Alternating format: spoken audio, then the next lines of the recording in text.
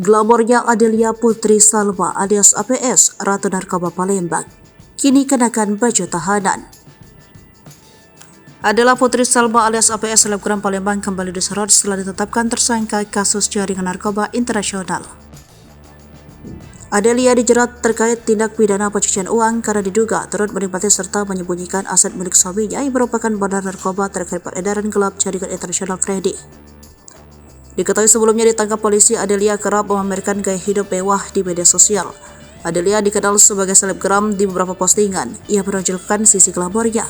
Di Agustus APS memperlihatkan sebuah mobil sedan Mercedes-Benz berwarna putih yang mencapai harga fantastis. Bahkan ia juga memiliki sebuah mobil Alphard serta Range Rover berwarna putih.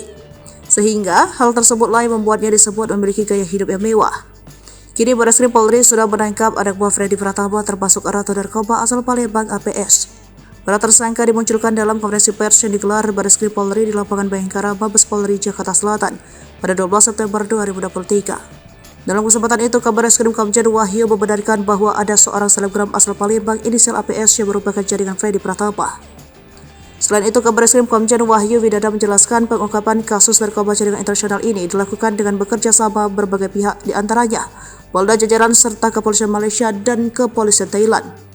Helmi menjelaskan APS diamankan berdasarkan adanya pendalaman yang dilakukan terhadap suaminya, suami APS yakni berinisial K yang juga merupakan narapidana yang sedang menjalani hukuman di Nusa Kambangan, Jawa Tengah.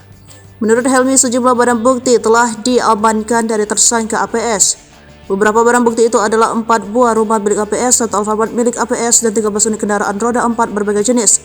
Adelia Putri Salma pun terancam miskin serta hartanya disita.